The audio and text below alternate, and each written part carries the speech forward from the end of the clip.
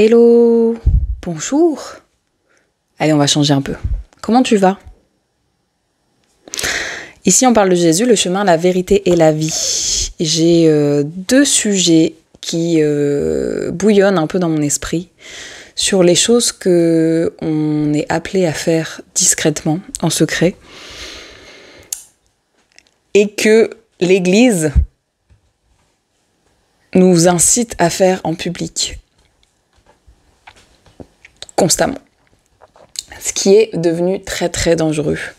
Un des sujets, ça va être l'argent. J'en parlerai dans une autre vidéo parce que là, je sentais qu'il fallait que je parle plus de l'autre sujet, mais un des sujets, ça va être l'argent. Donc ça va être une des prochaines vidéos. Là, on va surtout parler de la prière. Voilà.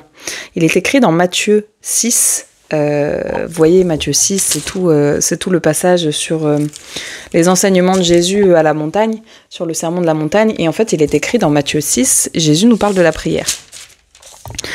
À nouveau, je vous invite à remettre ce que je dis entre les mains de Dieu en prière, de lui demander de vous enseigner plus en profondeur. Le but de ces vidéos, ce n'est pas de vous apporter toute cuite la parole avec une interprétation, c'est vous donner envie d'ouvrir vous-même votre Bible et de rentrer en communion avec le Saint-Esprit pour qu'il vous donne plus de détails. Plus de détails, plus d'enseignements, c'est très important que vous ayez votre propre relation avec le Saint-Esprit et que Dieu puisse vous enseigner. Parce que comme vous voyez, la Bible, elle est immense, elle est bourrée d'enseignements et de sagesse. Et on ne pourra pas faire une vidéo pour tout. Donc soyez très attentifs. Mais aujourd'hui, moi, j'avais envie de dénoncer une fausse doctrine qui est hyper dangereuse et de nous expliquer aussi pourquoi est-ce que Jésus nous a donné ce conseil de prier en privé et de quoi ça nous protège. Voilà, à nouveau, il n'y a pas de jugement, il n'y a pas de ah regardez, eux ils font pas bien ou ils font pas bien. Non, on est tous des work in progress. On évolue tous. Voilà, je pense que particulièrement dans la vie du chrétien, il y a des saisons dans l'apprentissage de ce qu'est la prière. Parce que comme quand t'es un enfant, en fait, tu t'adresses à tes parents différemment quand t'as 6 mois, 1 an, 2 ans, 5 ans, 12 ans, 15 ans, 20 ans, 30 ans, 60 ans. La prière, c'est notre moyen de nous adresser à Dieu. Donc en fonction des saisons, en fonction des graines qui sont semées dans notre esprit, qui sont parfois des bons enseignements, parfois des mauvais enseignements, on va s'adresser à notre Père Céleste de manière différente. Voilà. Il est écrit « Lorsque tu pries, ne sois pas comme les hypocrites. Ils aiment prier debout dans les synagogues et au coin des rues pour être vus des hommes. Je vous le dis en vérité, ils ont leur récompense. Mais toi, quand tu pries, entre dans ta chambre, ferme la porte et prie ton Père qui est là dans le lieu secret. Ton Père qui te voit dans le secret, te le rendra ouvertement. En priant, ne multipliez pas les paroles comme les membres des autres peuples. Ils s'imaginent en effet qu'à force de paroles, ils seront exaucés.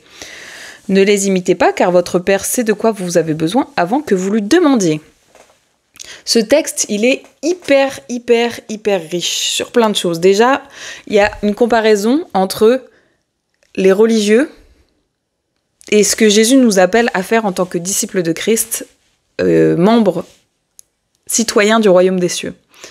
Les religieux, la religion, la religiosité va vous dire que voilà, vous allez voir 1 milliard de vidéos sur si ta vie de prière est comme ci, si ta vie de prière est comme ça, il faut que tu pries en langue pendant 2 heures, il faut que tu fasses ci, il faut que tu pries 2 heures le matin, 2 heures le soir, sinon ta relation avec Dieu, elle est pas bonne. En fait, on est en train de vous foutre des pressions, mais pas possible. Et je dis ça parce que je l'ai vécu. Voilà, il y a des gens autour de moi encore qui mettent leur nez dans ma vie de prière, mais ça, c'est parce que c'est de ma faute, c'est moi qui ai laissé cette porte ouverte pour qu'on puisse, voilà. Donc voilà, s'il vous plaît, ne vous laissez pas culpabiliser, ne laissez pas la culpabilité rentrer dans votre relation et dans la façon dont vous parlez à Dieu, parce que c'est pas pour rien que Jésus nous parle de « Quand tu pries, entre dans ta chambre, ferme la porte et prie ton Père qui est là dans le lieu secret. » Ce que tu dis à Dieu, comment tu lui dis, le temps que tu lui dis, c'est entre lui et toi. Il est écrit « Ferme la porte ». À partir du moment où tu laisses la porte entrouverte, à partir du moment où tu racontes aux autres ce qui se passe dans ton lieu secret, tu laisses à l'ennemi une porte pour t'attaquer sur ta relation avec Dieu. Quand tu marches avec l'Esprit Saint, il y a des moments où dans tes temps de prière, dans tes temps de prière, dans tes temps où tu seras isolé, seul, en train de réfléchir au Seigneur, il n'y aura pas beaucoup de mots qui seront prononcés.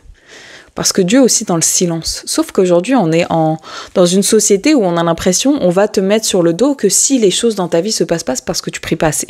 C'est parce que tu pries mal. C'est parce que tu pries pas avec autorité. C'est parce que ceci, c'est parce que cela. On va te donner toutes les clés possibles et imaginables de la raison pour laquelle Dieu n'exauce pas tes prières. Mais Jésus nous avait parlé de ça. Il est déjà en train de dire, ne multipliez pas les paroles comme les membres des autres peuples. Il s'imagine en effet qu'à force de paroles, ils sont exaucés.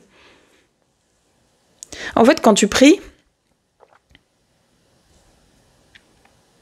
il faut être dans... C'est un dialogue, en fait, la prière. C'est pas bon, Seigneur, j'ai prié, maintenant tu fais. Dieu est souverain. Quand tu es enfant de Dieu, tu pries pas pour lui réclamer des choses. Tu pries pour échanger avec lui sur tel ou tel sujet, tu lui demandes de t'aider. Enfin voilà, il y a tellement de choses à dire sur la prière et encore le but c'est pas ça. C'est qu'en fait, je voulais juste vous mettre en garde sur les dangers qu'il y a de parler de sa vie de prière, de faire de sa vie de prière une doctrine pour soi et pour les autres. C'est qu'en fait on voit déjà, Jésus nous met en garde, vouloir prier à voix haute et afficher sa vie de prière sur tous les toits, bah c'est se mettre sous le joug de la religiosité, c'est se mettre une pression de laquelle Dieu nous a libérés par le sacrifice de Jésus. Ensuite, c'est nous protéger de l'orgueil, parce que vous voyez, à un moment, quand tu commences à dire toutes les 5 minutes, ça, c'est une réponse à ma prière. Ah, ça, j'ai prié pour ça. Ah, j'ai prié pour ça. Oh là là, c'est exactement ce pourquoi j'avais prié. En gros, tu te places dans une position d'orgueil en disant, en gros, Dieu a fait, mais c'est grâce à moi, c'est parce que j'ai prié. Donc, à tes propres yeux, tu commences à avoir ce genre de discours, c'est assez malsain, mais surtout aux yeux des autres. Aux yeux des autres, tu vas commencer à dire « Ouais, c'est parce que j'ai prié de ça. Non, mais c'est parce que j'ai prié ça. » En fait, ce qui se passe dans ton lieu secret entre toi et Dieu, c'est dans ton lieu secret, en fait. Je pense qu'il n'y a rien de plus chiant que quand tu parles à quelqu'un en disant « Ah ouais, il m'est arrivé ça » et que la personne en face, elle te répond « Ah ouais, c'était exactement le truc spécifique pour lequel j'ai prié. » Alors que Dieu me pardonne, ça m'est déjà arrivé de faire ça. Je me suis repentie. Et nous sommes des work in progress. Mais voilà, en fait, si tu dis ça H24, tu te places dans une position d'orgueil qui est extrêmement dangereuse. Extrêmement dangereuse. Parce que oui, Dieu écoute tes prières. Quand on marche avec lui dans la fidélité, le Saint-Esprit nous inspire des sujets de prière de telle sorte à ce que Dieu nous montre par sa grande miséricorde ce sur quoi il est en train d'agir. Et donc, du coup, ça nous permet d'avoir un dialogue avec lui et de voir les choses se réaliser dans nos vies. Gloire à Dieu. Mais il est écrit, il s'imagine en effet qu'à force de paroles, ils seront exaucés. N'oublions pas que c'est Dieu qui est, qui est souverain. Et il est écrit, ne les imitez pas, car votre Père sait de quoi vous avez besoin avant que vous lui demandiez. Des fois aussi, on croit trop que si Dieu fait pas dans nos vies, c'est parce qu'on demande mal, ou c'est parce qu'on demande pas bien, ou qu'on demande pas assez. S'il vous plaît, ne nous mettons pas la pression inutile et la culpabilité inutile. Dieu est souverain en toutes choses. Ne laissez rien ni personne vous culpabiliser sur votre vie de prière. Ça ne veut pas dire que toutes les prières doivent être privées, parce que Jésus a prié en public aussi. Jésus a prié pour ses disciples. Jésus a... Voilà. Tout ce qui sortait de la bouche de Jésus était prière, en fait. Mais faisons très attention à rendre la gloire à celui qui l'a... Voilà, c'est Dieu. C'est à Dieu revienne toute la gloire. Et quand on dit moi je, malheureusement, on essaie de se prendre une gloire qui n'est pas la nôtre. Et c'est un piège qui est très très dangereux.